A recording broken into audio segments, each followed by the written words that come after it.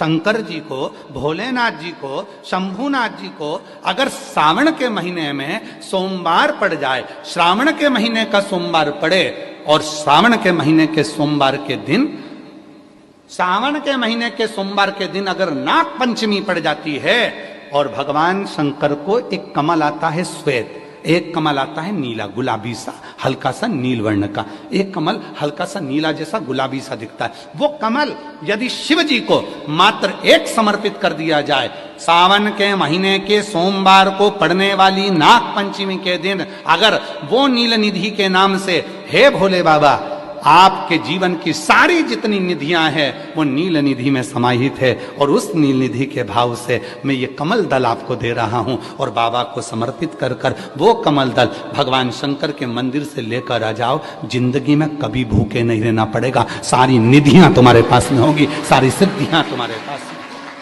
वो नील निधि 33 वर्ष में बाबा जी, 33 वर्ष में 6 बार सावन के सोमवार को नागपंचमी पड़ी है।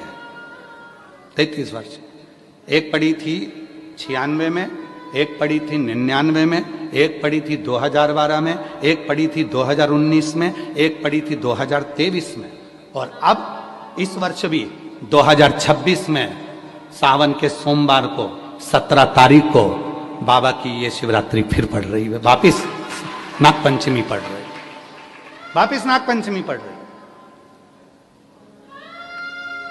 सावन के सोमवार पर पड़ने वाली नाग पंचमी को निधि पंचमी कहा जाता है, नील निधि पंचमी।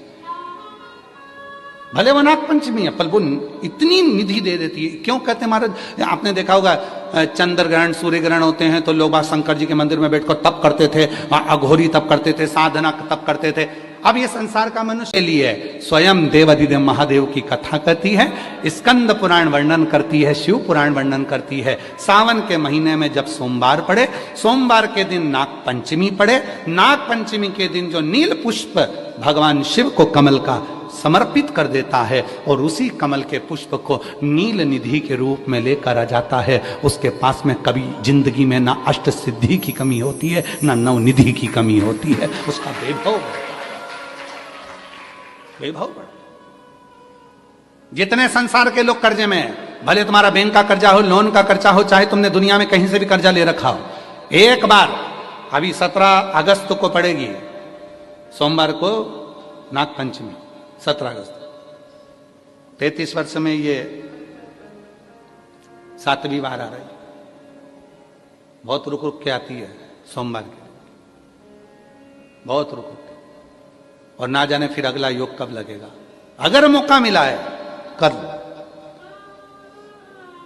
और हमने यहां तक कहा यदि कमल का पुष्प ना मिले तो एक महाराज जी एक पुष्प होता है, वो नीले कलर का शंख जैसा होता है जो शिव जी को बड़ा प्रिय है।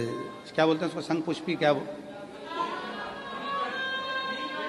नीलकंठ, हाँ एक नीले कलर का होता है। अभी तो यहाँ पर है नहीं, हम प्रयास करेंगे आपको उसका दर्शन कराएं। चढ़ा है, लाओ चढ़ा है, लाओ जरा लाओ।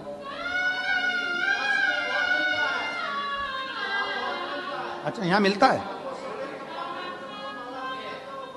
अच्छा हाँ।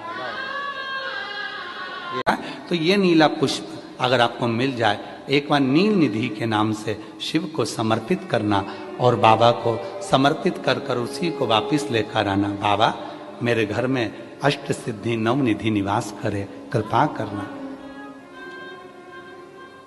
1 साल के अंदर आप सब पत्र में लिखकर भेजोगे कि आपको किसी के दरवाजे पर हाथ फेराने की जरूरत नहीं पड़ेगी, भगवान जो वैभव देगा वो देखते बनेगा। नील निधि,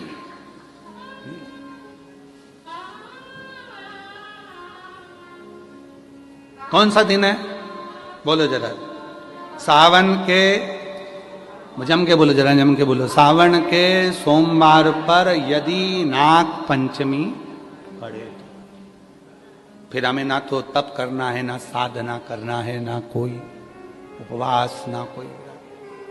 और एक और चीज बड़ी सुंदर लिखी है महाराज, नील निधि, ध्यान दीजिएगा। यदि डॉक्टर ने कह दिया तुम्हारे शरीर में कोई गठान है, बहुत बड़ा कोई रोग हो गया है, ये छूट नहीं रहा है, बहुत तकलीफ में पड़े हुए हो और मिट नहीं रहा, तब शिव जी के शिवलिंग पर एक दुर्वा का मुख हो जलाधारी की ओर जहां से पानी बहता है, बेलपत्री का डंडी का मुख हो जहां से जल बहता है जलाधारी की ओर, और 2 छोटी छोटी कटोरियों में यदि सावन महीने के सोमवार की नाग पंचमी पर अगर दूध चढ़ाया जाता है और उसको दूध चढ़ी हुई बेलपत्री और दुर्वा दोनों को लेकर आया जाता है, दुर्वा सुबह के समय द्वितीय दिवस में, जिस दिन चढ़ाओगे उस दिन नहीं, द्वितीय दिवस में उसको सुबह सुबह चबाकर खा लीजिए, और बेलपत्री को जिस कक्ष में आप सोते हैं उस कक्ष में उसको रख लीजिए, कहीं पर भी हमेशा के लिए। जो शरीर का रोग है वो धीरे धीरे मिटेगा ही, और 4 से 6 महीने के अंदर बड़े से बड़ा रोग सारी रिपोर्टें नील आकर सामने खड़ी है। ये कोई साधारण नहीं है सावन महीने का सोमवार उस दिन पड़ने वाली नाग पंचमी। आप सबको तो साधुता है, अब की बार 17 अगस्त को पड़ रही है और बाबा की कृपा से आपको ये कथा श्रवण करने को मिल गई नील निधि की।